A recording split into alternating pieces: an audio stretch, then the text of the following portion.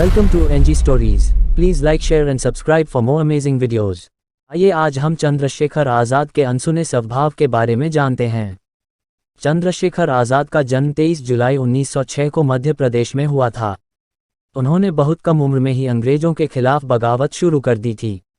जलियांवाला बाग कांड ने चंद्रशेखर आज़ाद को बचपन में झकझोर कर रख दिया और इसी दौरान आज़ाद को समझ आ गया था कि अंग्रेजों से छुटकारा पाने के लिए बातों की नहीं बल्कि बंदूकों की जरूरत होगी। भारत को आज़ाद कराने के लिए कई स्वतंत्रता सेनानियों ने अपनी जिंदगी कुर्बान कर दी थी। उन्हीं महान स्वतंत्रता सेनानियों में एक नाम चंद्रशेखर आज़ाद का है।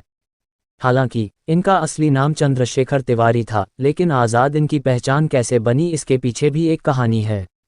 आज़ाद कहते थे, दुश्मन की गोलियों का हम सामना करेंगे, हम आज़ाद हैं और आज़ाद ही रहेंगे।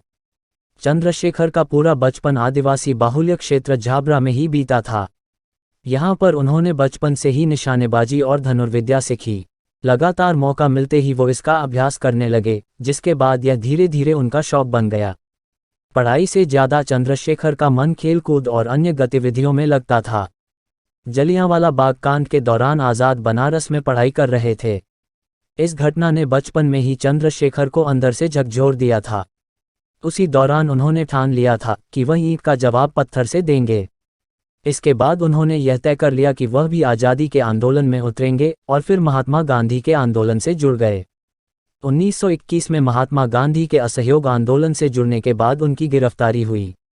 उस दौरान जब उन्हें जज के सामने पेश किया गया तो उनके जवाब ने सबके होश उड़ा दिए थे। जब उनसे उनका नाम पूछा गया तो उन्होंने अपना नाम आज़ाद और अपने पिता का नाम स्वतंत्रता बताया। इस बात से जज काफ़ी नाराज हो गया और चंद्रशेखर को 15 कोड़े मारने की सजा सुनाई।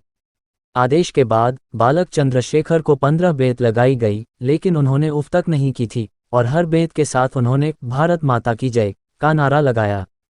आखिर में सजा भुगतने के एवज में उन्हें 3 आने दिए गए, जो वह जेल के मुंह पर फेंक आए थे। इस घटना के बाद से ही चंद्रशेखर तिवारी को दुनिया चंद्रशेखर आज़ाद के नाम से जानने लगी। आज भी कोई यह नाम लेता है तो मूंछ पर ताव देने वाले एक पुरुष की छवि आंखों के सामने आ जाती है। ये था चंद्रशेखर आज़ाद का स्वभाव। धन्यवाद।